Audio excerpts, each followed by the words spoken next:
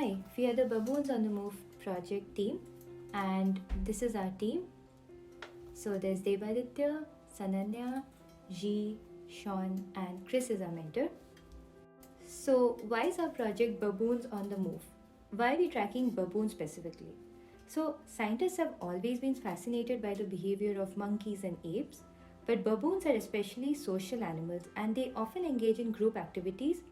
So, scientists would like to study their social life and understand their group decision making skills. So, we have a video where we can get an infield zoom in view of the baboons and we can see all their movements clearly. However, in this video, we don't really get to see a global view of what's happening, and this is not particularly useful because we can't study the baboons as a troop. So, we often prefer to take drone footages like this, which is from the top, and as we can see here, this provides an aerial view of the area, and we can find out the movements of the baboons in groups and as a collective troop. But the problem with these drone footages are that the baboons are small and hard to track. So this Baboons on the Move project introduces a system that can track the baboons from such drone footages and process those using computer vision techniques. The problem is that computer vision techniques often involves multiple stages, and this takes a huge amount of time to process the footages, and this has been a bottleneck. So for example, in this original implementation of the algorithms in Python, for processing 10 frames, we can see that it takes almost 1 minute. And in our actual input videos, we have around 2000 or even more such frames. So it almost takes hours to process a single video. So our goal for this project is to optimize the performance, and to do that, we would like to port the implementation to C++ and CUDA.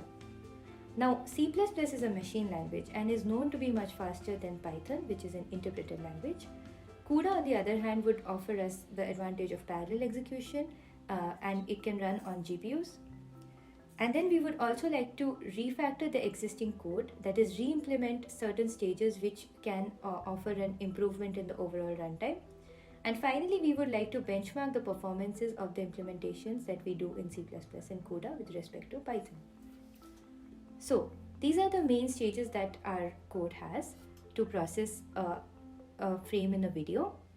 And the main one is the motion tracking one, which is basically going to give us the baboons with boxes around them that allows us to detect their movements. Now, how do we ensure that the implementations are correct in C++ and CUDA?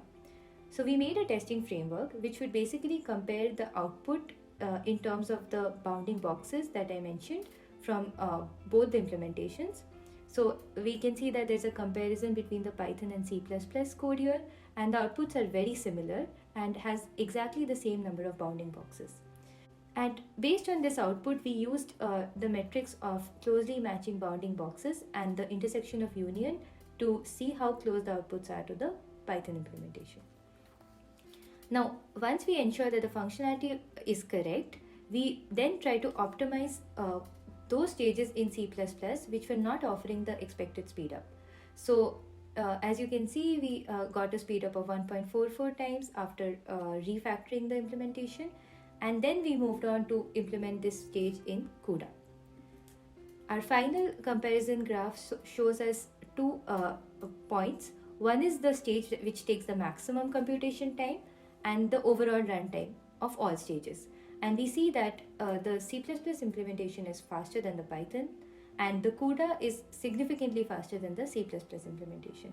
So our overall runtime is improved by almost 16 times from the Python implementation, and this is what we expected because CUDA would do most of the computations in parallel.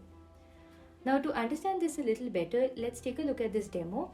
So we have an output from Python and an output from C++ for the same number of frames, processing the same input video. And let's take a look at this baboon marked with the bounding box inside the red circle. We see that for this baboon to move and for the code to track its movement, it takes almost 1.5 minutes in the Python implementation. And for the same baboon to move the exact same distance in the C++ code, it takes less than a minute. So this verifies that our output is correct and our runtime has significantly increased. And so going forward, we would like to further optimize the runtime of more such stages and also get the output working in CUDA. Thank you for watching.